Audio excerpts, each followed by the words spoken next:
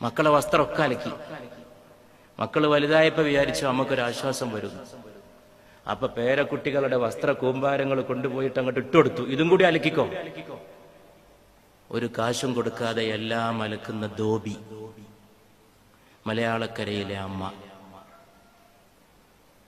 അവളെല്ലാം അലക്കും. ഏത് അടിവസ്ത്രവും. മടുപ്പ് പറയൂല. കാരണം അവളുടെ ജീവിതം തന്നെ മടുപ്പിലാണ്. അവള് മലമൂത്രങ്ങളിൽ വളർന്നതാണെന്ന് ശങ്കരാചാര്യൻ ലോകത്തോട് പറഞ്ഞു. ലോകത്ത് ഞാൻ ആരോടാണ് ഏറ്റവും കൂടുതൽ കൂറും നന്ദിയും പുലർത്തേണ്ടത് എന്ന് ഒരു ശിഷ്യൻ ചോദിച്ചപ്പോൾ പുണ്യ റസൂൽ സല്ലല്ലാഹു അലൈഹി വസല്ലം മറുപടി പറഞ്ഞു, നിന്റെ മാതാവിനോട്. ചോദ്യകർത്താവ് ചോദിച്ചു, പിന്നെ ആരോട്? മാതാവാന്ന് മനസ്സിലായി. അടുത്ത ആളാരാന്നാണ് ചോദ്യകർത്താവിന് അറിയേണ്ടത്. അപ്പോഴും വന്നു, നിന്റെ മാതാവിനോട്. ചോദ്യകർത്താവിന് അത്ഭുതം തോന്നി. മാതാവാണെന്ന് ഒരിക്കൽ പറഞ്ഞു, മനസ്സിലായി. രണ്ടാമത്തെ ആളാരാണെന്നാണ് ചോദിച്ചത്. അപ്പോഴും അതെന്നെ പറയുന്നു. മൂന്നാം വട്ടം ചോദ്യകർത്താവ് വിടാതെ പിടികൂടിക്കൊണ്ട് ചോദിച്ചു, അടുത്ത ആളാരാണോ? Who is the next? നിസ്സംഗനായി മുഹമ്മദ് നബി സല്ലല്ലാഹു അലൈഹി വസല്ലം മറുപടി നൽകി, നിന്റെ മാതാവിനോട്. അത്ഭുത പരതന്ത്രനായ ചോദ്യകർത്താവ് നാലാമതും ആവർത്തിച്ചു, പിന്നെ ആരോട്? പ്രവാചക തിരുമേനി പറഞ്ഞു, നിന്റെ പിതാവിനോട് എന്ന്. മാനവരാശിയുടെ 3 റാങ്കും അടുക്കളക്കാരി കൊണ്ടുപോയി. അവളുടെ ഗർഭത്തിലെ ത്യാഗം കൊണ്ടുപോയി. 9.5 മാസത്തെ ജീവത്യാഗം. 9.5 മാസം അവളുടെ വയറ്റിൽ ചുരുണ്ടുകൂടി കിടന്ന കാലത്ത് അനുഭവിച്ച സ്വസ്ഥത നീ ഒരു കാലത്തും അനുഭവിച്ചില്ല. അന്നും നീ ഉണ്ടായിരുന്നു, ഞാൻ ഉണ്ടായിരുന്നു. ജനിച്ചപ്പോഴല്ല ഉണ്ടായത്. മാതാവിന്റെ ഗർഭാശയത്തിൽ നിന്നൊരു കുഞ്ഞു കോട്ടുവായിടുന്ന ചിത്രം അടുത്ത കാലത്ത് ഒരു പാശ്ചാത്യ ഡോക്ടർ പ്രസിദ്ധീകരിച്ചു. മാതാവിന്റെ വയറ്റിൽ നിന്നൊരു കുഞ്ഞു കോട്ടുവായിടുന്ന ചിത്രം. നീ അതിനു മുമ്പ് ഉണ്ടെങ്കിൽ നിനക്ക് വായു വേണം, ഊർജം വേണം, പോഷകാംശം വേണം, ആഹാരം വേണം. അതൊക്കെ നീ നിന്റെ മാതാവിന്റെ ചോരയിൽ നിന്ന് ഊറ്റിക്കുടിച്ചു.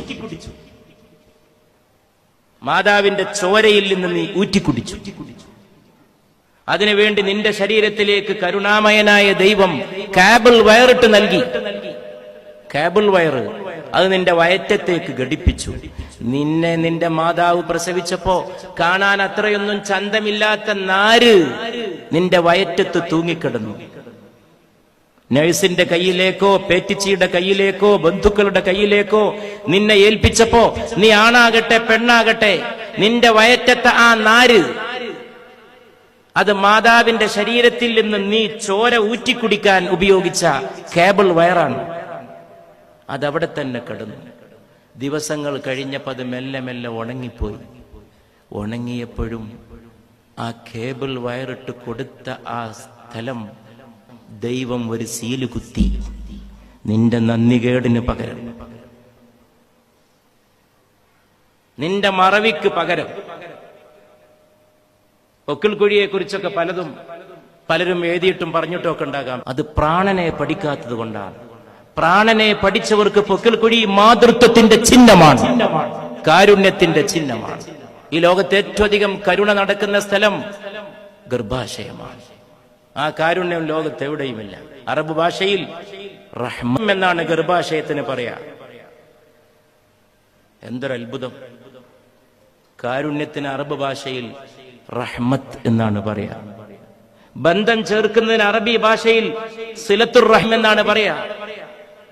ഒക്കെ മീം. ആ ഗർഭാശയത്തിൽ നിന്ന് നീ പുറത്തേക്ക് വന്നു. നീ വലിയ ആളായിപ്പോയി. നീ ആകാശം മുട്ടെ വളർന്നു. നീ വലിയ ബിരുദധാരിയായി. നീ വലിയ യോഗ്യനും ശമ്പളക്കാരനുമായി. അമ്മയെന്നും അമ്മ തന്നെ.